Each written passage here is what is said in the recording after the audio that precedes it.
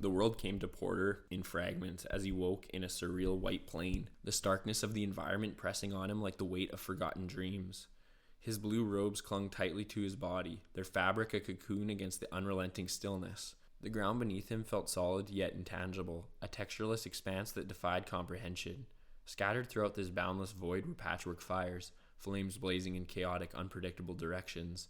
Their glow distorted reality, bending the air and casting jagged shadows that danced wildly across the endless white. A low, ominous hum vibrated through the plain, its frequency resonating in Porter's bones. The air was thick, heat flickering inconsistently as if the very fabric of existence were unraveling. Porter rose slowly, his movements were purposeful, his brow furrowed in a mix of confusion and dread. He turned in place, taking in the desolation. "The light," he whispered, the words escaping him like a prayer. He paused, his voice breaking the oppressive silence. "This place." His sentence trailed off, swallowed by the ever-present hum. Behind him, the fires cracked loudly, their intensity flaring suddenly as though responding to his thoughts. He flinched, raising an arm to shield his face from the searing heat. Frustration overtook his confusion, and his voice grew bitter. "Oh, how I wish I could stomp out the flames," he said, his tone dripping with resentment. "It will all be covered in shadows." The fires reflected in his eyes, their erratic glow illuminating the darkening expression on his face. "The meta has shifted," he murmured. "There is no peace, no reality." A faint road began to materialize beneath Porter's feet, its edges glowing faintly against the surrounding void. The path was narrow and fragile, yet it beckoned him forward. Beside it stood a solitary burial cross, its stark silhouette casting a long shadow that stretched endlessly. Porter approached it cautiously, his breath hitching as he reached out to touch its cold, weathered surface. "Have I died?" he asked softly, disbelief coloring his tone. His fingers brushed the cross, and for a moment he felt the weight of something grounding him in the ephemeral plane. "Though I do not respond," he added, his head lowering silently as though an unseen force bore down on him. "No," he whispered, his voice hollow. "Instead, I become a pawn." Behind him the fire surged, casting his shadow long and distorted across the ground. The flames whispered their chaotic secrets, their crackling like mocking laughter. Porter turned back to the faintly glowing road, his shoulders slumping under the weight of uncertainty. "At this rate," he began, his voice faltering, "what does it take to become?" He gazed down the path, his expression a mixture of despair and resolve. Stuck in this web, the end, here, now. He paused, his voice breaking into a whisper. "Maybe I'm weak." The air crackled around him, sharp tears in reality forming like jagged wounds in the fabric of existence. From these fractures burst blocks of materia, their glowing surfaces rippling with liquid-like energy. Porter stumbled back, his eyes wide with both fear and awe as the blocks floated around him, pulsating with an unnatural light. "There is nothing here," Porter said, his voice rising, "except the spawn of materia." He turned to the void, shouting, "Where am I?" The air grew heavy, suffocating in its density. The fires intensified, their light casting chaotic flickering patterns across the smooth plain. Porter staggered under the oppressive weight, his voice tinged with desperation. "Render," he cried, looking skyward. "You have bestowed your hysteria."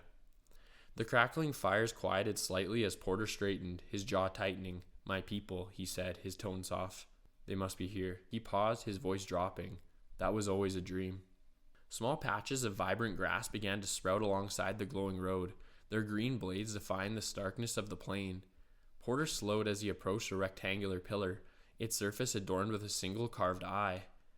Atop the pillar, a flickering candle swayed gently, though the air around it was still. "The timing of the giant has brought new cards to the forefront of memory," Porter murmured, his voice tinged with wonder. He placed a hand on the pillar, its cool surface grounding him in the moment, this place of solitude. Ahead, a series of flaming pillars lined the road, their bases pulsing with liquid light. The ground beneath Porter's feet rumbled, and from the cracks emerged a shadowy serpent. Its liquid-like scales shimmered as it coiled around Porter's feet. Despite the serpent's menacing presence, Porter stood firm, his expression calm, his voice resolute. "Another addition to the Yagatune's hymn," he said, narrowing his eyes.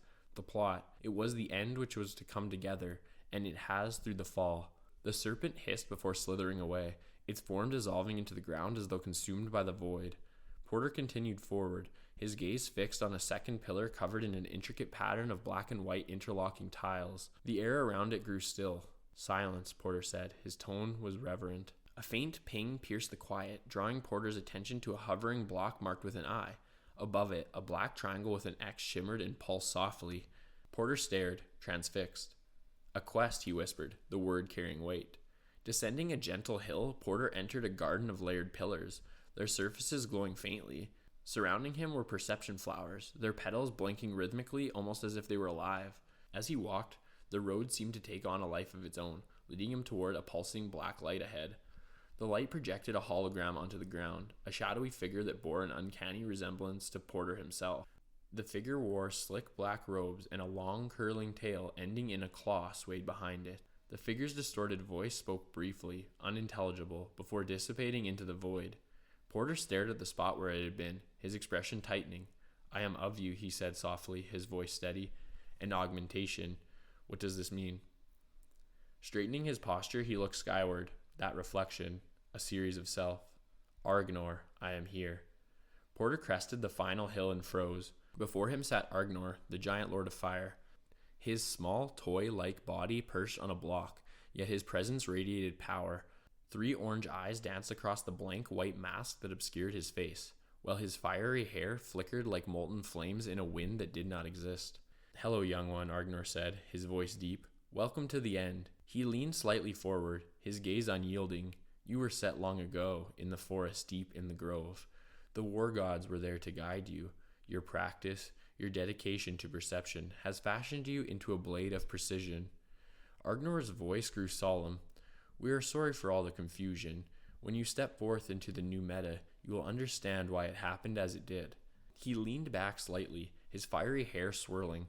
"You see, the continent needs its states. Each corner reveals a gate. The core, my kingdom, Priedge, the last of the primordial wilds, post-transmutation, and the crown. The primordial fire holds grasp in its grip." Argnor's eyes brightened, their glow intensifying. "Porter, understand this. The end, your quest. Through the dream, a discovery on the edge. Become who you were always meant to be." With finality, he added, "My army, a place for you to come to Eternia. The bleeding edge of mystery." He leaned forward slightly, his eyes burning. "Now I believe you have brought me the third piece." Porter stood in silence, the weight of Argnor's words settling heavily on his shoulders. He looked toward the burning horizon, his expression shifting to one of determination.